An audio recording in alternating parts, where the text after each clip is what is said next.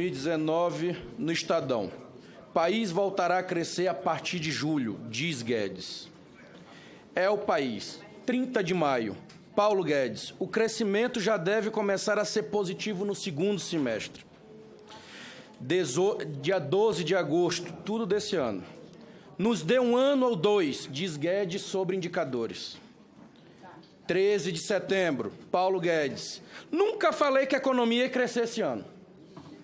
17 de setembro, Guedes diz que a economia vai decolar no terceiro ano do governo Bolsonaro.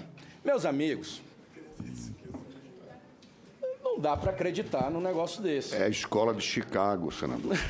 Não dá para acreditar. Me desculpe, caros colegas, mas foi criado, sim, expectativa no povo brasileiro, principalmente as pessoas com pouca informação, de que a reforma da Previdência ia resolver todo o problema do Brasil. Casais que estão separados acham que no outro dia vai ter perdão, porque tudo está resolvido no outro dia. E não é verdade. Portanto, nós temos que aqui conversar honestamente com a sociedade. Esse debate, eu francamente fiz aqui logo no início da discussão na CCJ, quando apresentamos, naquele momento, o nosso voto em separado, que hoje iremos nos somar ao voto do nobre colega senador Paulo Paim, e dizer, senhora presidente, senhor relator e colegas senadores, que esta reforma, da forma que está sendo colocada para a sociedade, além de não ser honesta, ela não é para retirar privilégios como foi falado. Porque eu quero saber aonde que existe privilégio, por exemplo, para um trabalhador do regime próprio. Você que está em casa, para compreender, o trabalhador do regime próprio, ele tem um teto de até R$ 4.900. A maioria absoluta é entre R$ 1.200 e R$ 2.000. Aonde que um trabalhador, meu colega senador Olímpio, de R$ 1.200 é um privilegiado no país? O trabalhador de R$ 1.200 a R$ 2.000, ele está aqui, por exemplo, nessa reforma, perdendo seu direito ao PIS/PASEP. O momento que ele mais precisa é aquele dinheirinho que ele trabalhou, às vezes 4 meses, 5 meses, no mercado informal, porque ele não tem estabilidade do emprego, é o ajudante do pedreiro, é o construtor civil, é o eletricista, é o cobrador do ônibus, é o motorista. Esse trabalhador, ele, quando está desempregado no outro ano, ele tem ali proporcionalmente o seu salário novamente colocado em circulação na rua para que ele possa, no mínimo, ali comprar comida para dentro de casa até conseguir um emprego novamente. E é esse que está sendo chamado de privilegiado. Então, nós podemos dizer aqui de forma muito clara que esse projeto ele não retira direitos como falaram que vão retirar.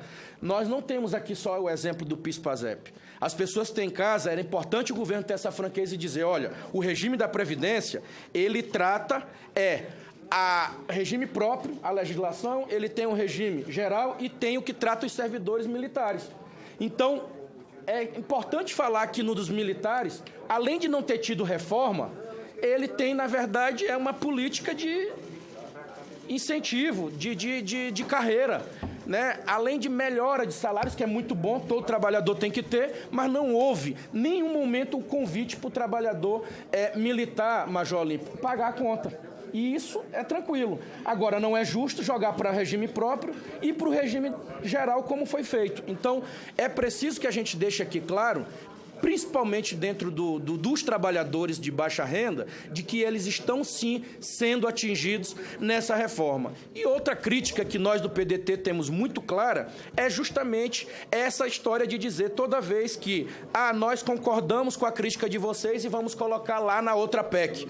Né? Muitos se chateiam quando eu chamo ela de balela. Mas só que todos estão vendo que o que está acontecendo lá na Câmara. Agora mesmo não conseguiram resolver um assunto pacificado aqui do Senado Federal, que é a questão da sessão onerosa.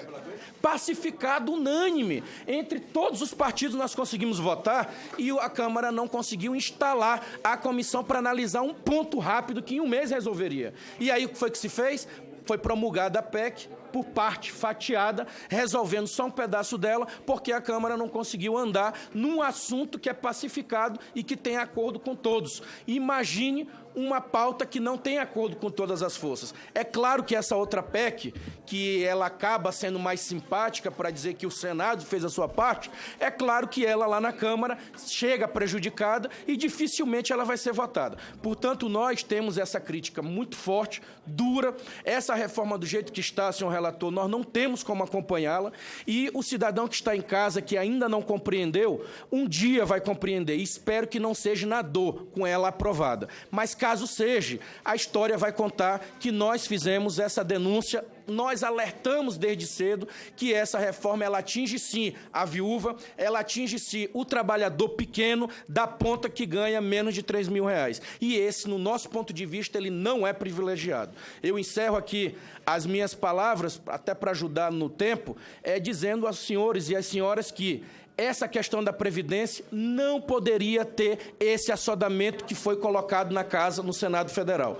Porque se nós conseguimos ajustar tudo em uma PEC só e devolver para a Câmara, ela teria tempo suficiente até o final do ano de resolver o problema e daí para os próximos 10 anos a gente ter uma política de resultado. E lembremos que o atual presidente da República, ele passou nessa casa 18 anos, 17, 18 anos, 28 anos. E durante os 28 anos, ele não teve essa pressa toda que o Senado está tendo.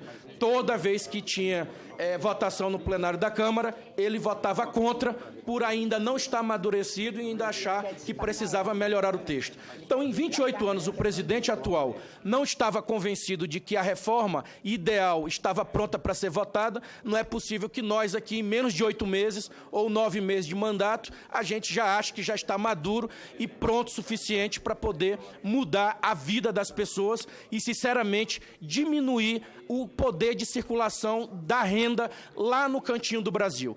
Caso os senhores não lembrem, a maioria ou uma grande parte dos estados do Norte, do Nordeste e também do Centro-Oeste e outras regiões grandes, essas cidades, depois do FPM, o principal recurso que circula nessas cidades é justamente o dinheiro dos aposentados. Eles não guardam esse dinheiro debaixo do colchão, eles não colocam em aplicação de fundo e muito menos em poupança. Esse dinheiro é colocado lá no mercado, é colocado lá na cidade, ele ajuda na sustentação das famílias que esses aposentados muitas das vezes têm dentro de casa e é o único que tem a segurança para ajudar a dar as condições de sobrevivência digna para essas famílias que dependem desse dinheirinho que circula todo mês. E essa reforma aqui, ela inibe, ela vai enxugar, repito, não é economizar um trilhão.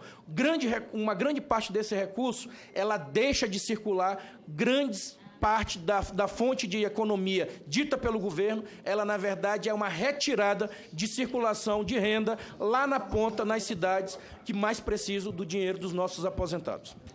Agradeço, senador Everton. Por inversão, senador Randolph e, em seguida, senador Fabiano Contarato. Com a palavra, Vossa Excelência, obrigado, senador Randolph. senhora presidente. Eu queria, presidente,